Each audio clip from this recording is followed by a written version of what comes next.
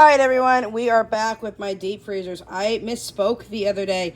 I told you all that I had 3 7 cubic foot deep freezers and 1 5 cubic foot deep freezer. That's not the case, y'all. I have a 2 and 2. So I have 2 7 foot cubic refrigerators that are deep freezers, and then I have 2 5 foot cubic foot deep freezers. So with that being said, we're going to talk about my freezers today. Our next video is going to be about storage, y'all, because the first thing you need to understand when you are starting to prep is how much space you have. You don't go and run to your desk and start writing down items that you want to stock up, meals that you want to make, how you're going to stock your prepper pantry. It starts with storage space. So today, let's talk about freezers. Our next video will be about storage space, and I'm going to run this series completely in order so that it makes it easier for those who are just now starting out on their prep journey and how they want to go about doing their prep. So I'm going to give you a step-by-step guide. Here is the only freezer that we have out of all of our freezers.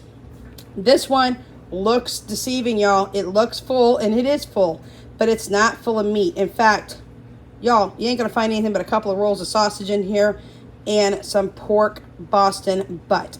Other than that, this is pretty much filled with onions that I chop myself, with vegetables and things of that nature. But this is not what's going to happen. I'm just going to walk through these freezers, and I'll come back and tell you what's going to go on with these freezers, just to give you the generalized idea that yes, freezer number 2, 7 cubic foot, is completely empty.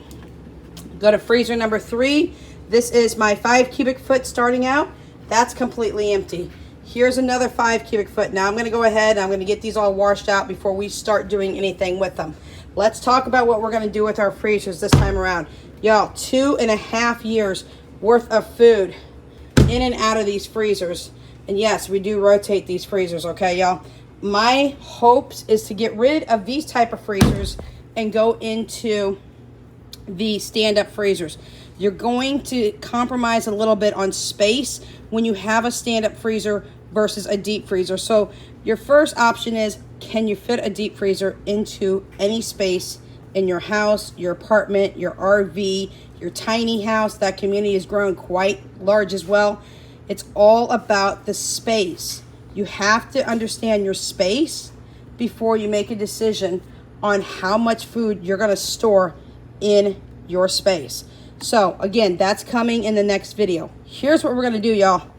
There is like next to nothing in this freezer that is consumable other than vegetables. Like I said, a few small portions of meat, and that's pretty much all it, y'all. There's some sausage rolls in here, but this is what we're reduced down to now. I am going to have this completely reduced down and shifted around because this 7 cubic foot freezer is going to be for nothing but meats, y'all. Nothing but meats. I do have a list going. I'm going to show you that list in full detail coming up in a future video on how I'm breaking down my preps. If you are not a meat eater, I was a vegan. I have come back to the meat world due to dietary needs and health needs. But if you are a vegan, how are you going to stock your freezers, y'all? If you're a vegetarian, how are you going to stock your freezers with meat alternatives, things of that nature? So you really need to decide in your household, what are your dietary restrictions? What are your needs that you need to meet for your meat sections? For us, I can tell you right off the bat, my kids are very big with ground beef. They're very big with chicken of different kinds, bone-in and boneless chicken. They are very big with pork when it comes to bacon, also turkey bacon. They are also big with pork or turkey sausage.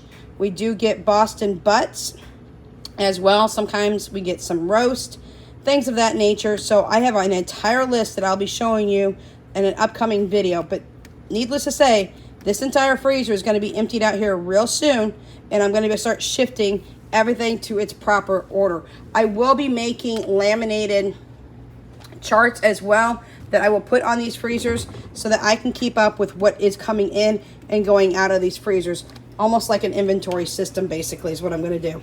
The second deep freezer is huge, y'all. It's another 7 cubic foot deep freezer. This freezer is going to hold a lot of our baking items. You would think this is a pretty big freezer for baking, but we are moving into doing homemade baking, y'all. I'm getting real tired of paying the prices when it comes to dealing with breads, y'all. Breads, buns, hot dog buns, all of that. Now, I will say I will still buy French bread because I don't think I'm at the level anywhere near to start working on French bread. What I did do is I did buy a book from Amazon, and it is a bread machine cookbook, y'all, because let me tell you, I'm not a Betty Crocker when it comes to baking. So we did buy a bread machine cookbook. I do have a bread machine. I also bought a loaf slicer upstairs so that when we make our breads and we put them in bread bags, then we can go ahead and also slice them ourselves evenly. So this is going to hold things like chocolate chips, baking goods, homemade baking goods, because we like to make cookie dough, roll it into little balls, flash freeze it, put them into Ziploc bags. That is where I will be using some Ziploc bags, and going ahead and putting them into the freezer so we can pull out what we need, when we need, and how much we need. So baking goods are going to come into here. Flour is another thing. I do put flour in my freezer to extend the life of the flour. I used to put it in our 5-gallon buckets, but y'all, it's got a shelf life of 6 months at that rate, and I'm looking to stretch that shelf life. So I have learned, and that was a mistake of mine, putting it into 5-gallon buckets. We are now going to be putting it into the freezer. A good time to stock up on baking items is during the holidays, especially around November and December. So we do freeze our chocolate chips, we freeze our yeast, we do all of that. You also probably see a little bit of coffee stuck in here as well. Not a baking item by any means at all, but we want to move into making a lot of our own baking goods as well. Okay, freezer number 3, and this freezer needs to be cleaned off as all these freezers do, so excuse that. We are getting everything ready to be cleaned up and things of that nature. So this is the third freezer. This third freezer is a 5 cubic foot freezer, as you can tell. Now I do plan to go and hopefully either on Amazon or run to Lowe's and buy some of the wire baskets, the one that you saw in the first freezer.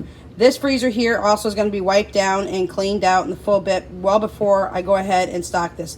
This is going to be our fruit and vegetable freezer.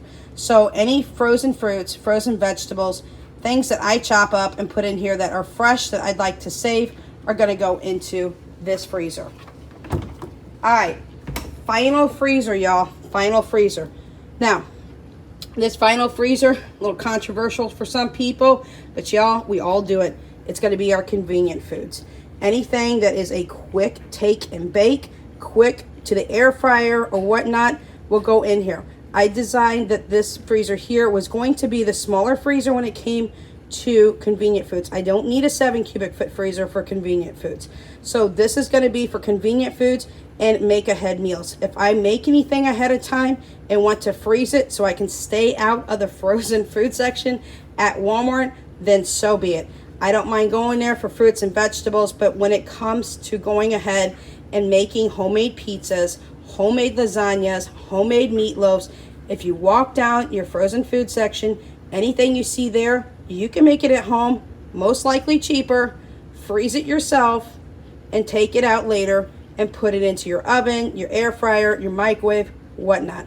So this is our convenient, and it doesn't mean that I'm just going to go walk into the frozen food section at Walmart and pick up a bunch of pizzas and stick them in here. Not saying that sometimes we won't do frozen pizza over homemade pizza, but this is going to be a lot more for foods that I make ahead of time and freeze myself more than the convenient foods at Walmart. So these are our 4 freezers. Again, we've eaten them all down. We're going to get them all cleaned up, y'all, and we're going to start packing them. Now, the next video is going to be me talking to you about storage solutions, how to store things, where to store things, your storage space. You have to calculate that before you start going into the third phase, which is how much are you wanting to save for? Are you wanting a couple of weeks at a time? Are you wanting a month at a time? Are you wanting to go to 3 to 6 months at a time?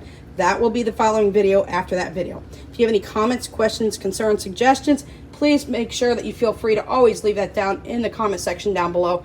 Do know that these freezers are definitely going to be cleaned off, washed in and outside to make sure that they are ready and set for our freezers. Now, like I said, I am going to go ahead And I am going to put some inventory sheets on here, and I will show you how I do that, how I'm going to set those up. I have not quite set them up yet, but I do have a template to do so. So it's going to be an amazing template. It's going to keep me knowing what is coming in and out. How am I going to restock my freezers so that we don't eat them down like we have, and so that we get them back to full capacity and eat off them as we need to. All right, y'all, we'll catch you in the next video. Until then, Without Limits is out.